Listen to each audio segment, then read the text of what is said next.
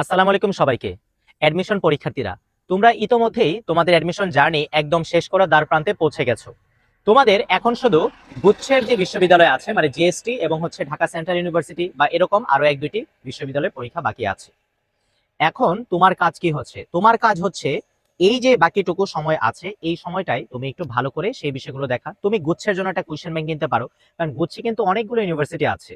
So এই বিশ্ববিদ্যালয়গুলো তুমি কিন্তু টার্গেট করতে পারো। তোমরা বাংলাদেশের অনেকগুলো জেলা থেকে আছো, আমার পেজের সাথে যুক্ত আছো, তোমরা ক্লাস করছো।